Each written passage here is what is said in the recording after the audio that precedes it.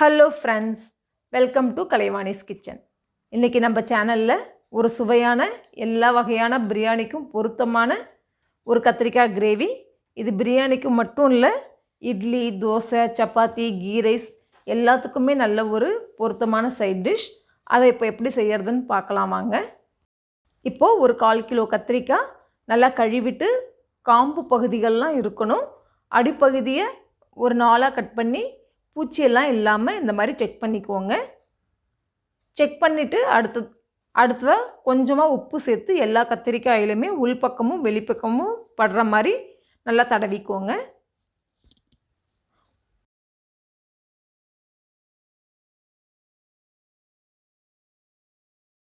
ஒரு கடாயை சூடு பண்ணிவிட்டு 2 டேபிள் ஸ்பூன் அளவுக்கு நல்லெண்ணெய் சேர்த்துக்கோங்க. இந்த கத்திரிக்காய் கிரேவி நல்லெண்ணெயில் செஞ்சால் ரொம்ப டேஸ்ட்டாக இருக்கும் ஃப்ரெண்ட்ஸ். எண்ணெய் சூடானதும் நம்ம நறுக்கி வச்சுருந்த கத்திரிக்காய்களை சேர்த்துக்கலாம். ஹை ஃப்ளேமில் ஒரு 2 நிமிஷம் நல்லா வதக்கிக்கோங்க.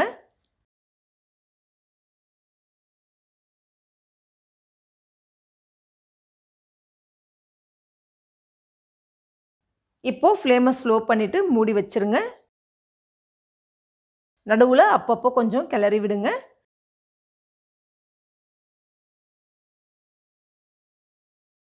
இந்த கத்திரிக்காய் வதங்கிறதுக்கு அப்ராக்சிமேட்டாக ஒரு 8 to 10 மினிட்ஸ் ஆகும்.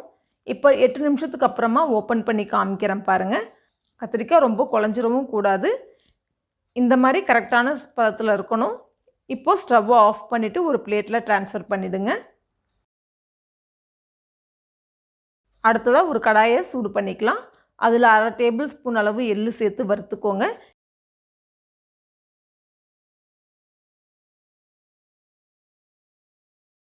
எள்ளு இந்த மாதிரி பொரிய ஆரம்பித்த உடனே 2 டேபிள் ஸ்பூன் வேர்க்கடலை, ஏற்கனவே வறுத்து தோல் நீக்கிய 2 டேபிள் ஸ்பூன் வேர்க்கடலையே சேர்த்துக்கிறேன். இப்போ இதை ஒரு மிக்சி ஜாருக்கு ட்ரான்ஸ்ஃபர் பண்ணி 1/2 கப் தண்ணி சேர்த்து நல்லா பேஸ்ட்டாக அரைச்சி வச்சுக்கோங்க. இப்போ அதே கடாயில் 1 டீஸ்பூன் அளவுக்கு எண்ணெயை சேர்த்துக்கிறேன். எண்ணெய் சூடானதும் 1 டீஸ்பூன் கடலைப்பருப்பு, 1 டீஸ்பூன் உளுத்தம்பருப்பு, 1/4 டீஸ்பூன் வெந்தயம், 3 டீஸ்பூன் தனியா, 1 டீஸ்பூன் சீரகம் எல்லாம் சேர்த்து வாசனை வர வரைக்கும் ஸ்லோ ஃப்ளேமில் வச்சு வறுத்துக்கோங்க. இப்போ ஒரு மிக்சி ஜாரில் 3 மீடியம் சைஸ் தக்காளி நறுக்கி வச்சுருக்கேன். அதில் இந்த வறுத்த மசாலா பொருட்களையும் சேர்த்து நல்லா ஃபைன் பேஸ்ட்டாக தண்ணி ஊற்றாமல் அரைச்சி வச்சுக்கோங்க. தக்காளி இருக்கிறதுனால தண்ணி சேர்க்குற தேவையில்லை. இப்போது அடுத்ததாக கத்திரிக்காய் வதக்கின அதே கடாயில் ஒரு 3 டேபிள் ஸ்பூன் அளவுக்கு எண்ணெயை சேர்த்துக்கிறேன். நம்ம கத்திரிக்காயை வறுத்ததுலேயும் கொஞ்சம் எண்ணெய் மீதி இருக்குது. இந்த கிரேவிக்கு கொஞ்சம் எண்ணெய் அதிகமாக தான் சேர்க்கணும் ஃப்ரெண்ட்ஸ், அப்போ தான் டேஸ்ட் ரொம்ப நல்லாயிருக்கும். இப்போ எண்ணெய் சூடானதும் 1 டீஸ்பூன் கடுகு சேர்த்துக்கலாம். கடுகு பொரிஞ்ச உடனே 1 டீஸ்பூன் உளுத்தம்பருப்பு, 1 டீஸ்பூன் மிளகு, 1/2 டீஸ்பூன் சீரகம், கொஞ்சமாக கருவேப்பிலை சேர்த்துட்டு 2 மீடியம் சைஸ் வெங்காயம் நல்லா பொடியாக நறுக்கி வச்சுருக்கேன், அதையும் சேர்த்துக்கலாம். வெங்காயம் வதங்கிறதுக்கு கொஞ்சமாக உப்பு, கொஞ்சமாக வாசனைக்காக பெருங்காயத்தூள் சேர்த்துக்கலாம். நல்லா வதக்கி விடுங்க.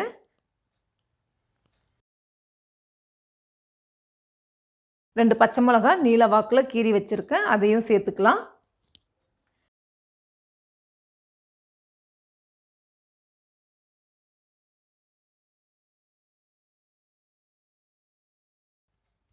இப்போது வெங்காயம் நல்லா வதங்கின உடனே 1/2 டீஸ்பூன் மஞ்சத்தூள், 1 டீஸ்பூன் இஞ்சி பூண்டு விழுது, 2 டீஸ்பூன் மிளகாத்தூள் சேர்த்து கலந்து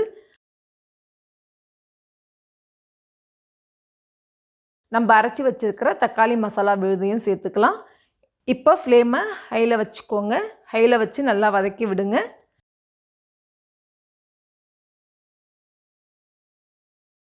இது நல்லா வதங்கின உடனே ஒரு 3 நிமிஷம் இப்போது ஃப்ளேமை ஸ்லோ பண்ணிவிட்டு மூடி வச்சுருங்க. இப்போ 3 நிமிஷத்துக்கு அப்புறமா ஓப்பன் பண்ணுறேன் பாருங்கள்.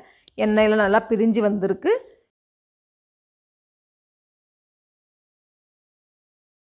இந்த ஸ்டேஜில் ஒரு லெமன் சைஸ் புளி 1 கப் தண்ணி ஊற்றி நல்லா கரைச்சி வச்சுருக்கேன், அதையும் சேர்த்துக்கலாம். அடுத்ததாக 1 கப் தண்ணியும் சேர்த்துக்கோங்க. சேர்த்து நல்லா கலந்து கொதிக்க விடுங்க. கொதித்த உடனே நம்ம வதக்கி வச்சுருக்கிற கத்திரிக்காயும் சேர்த்துக்கலாம்.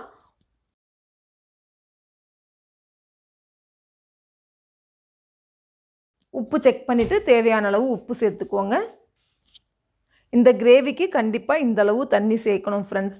இது வந்து ஏன்னா கொதிக்க கொதிக்க கிரேவி நல்லா திக்காகும். இப்போ பார்க்கும்போது தண்ணியாக இருக்கிற மாதிரி தான் இருக்கும். ஆனால் இதுதான் கரெக்டான அளவு. இந்த அளவு கண்டிப்பாக தண்ணி சேர்க்கணும்.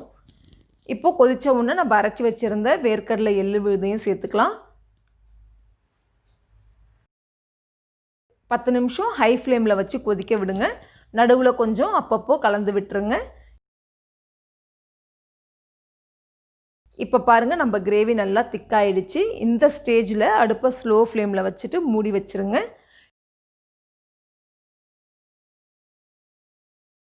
இந்த மாதிரி நல்லா எண்ணெய் பிரிஞ்சு வந்த உடனே ஸ்டவ் ஆஃப் பண்ணிவிடுங்க. இப்போது நான் மிக்ஸ் பண்ணி காமிக்கிறேன் பாருங்கள். நல்ல ஒரு கரெக்டான கன்சிஸ்டன்சியில் நம்மளோட கத்திரிக்காய் கிரேவி ரொம்ப அருமையாக ரெடி ஆகிடுச்சு. இந்த கத்திரிக்காய் கிரேவி பிரியாணிக்கு ரொம்பவே டேஸ்ட்டாக இருக்கும் ஃப்ரெண்ட்ஸ். அதுவும் ஸ்பெஷலாக பார்த்தீங்கன்னா மட்டன் பிரியாணிக்கு இது ரொம்பவே டேஸ்ட்டாக இருக்கும். கடைசியில் கொஞ்சமாக கொத்தமல்லி தழை தூவிக்கோங்க. நீங்களும் ட்ரை பண்ணி பாருங்கள். ட்ரை பண்ணி பார்த்துட்டு உங்களோட ஃபீட்பேக் என் கூட ஷேர் பண்ணுங்கள். இந்த கிரேவி உங்களுக்கு பிடிச்சிருந்தா என்னோடய வீடியோவை லைக் பண்ணுங்கள், ஷேர் பண்ணுங்கள், சேனலை சப்ஸ்கிரைப் பண்ணுங்கள். மீண்டும் இன்னொரு இன்ட்ரெஸ்டிங் ரெசிபியோடு உங்களை சந்திக்கிறேன்.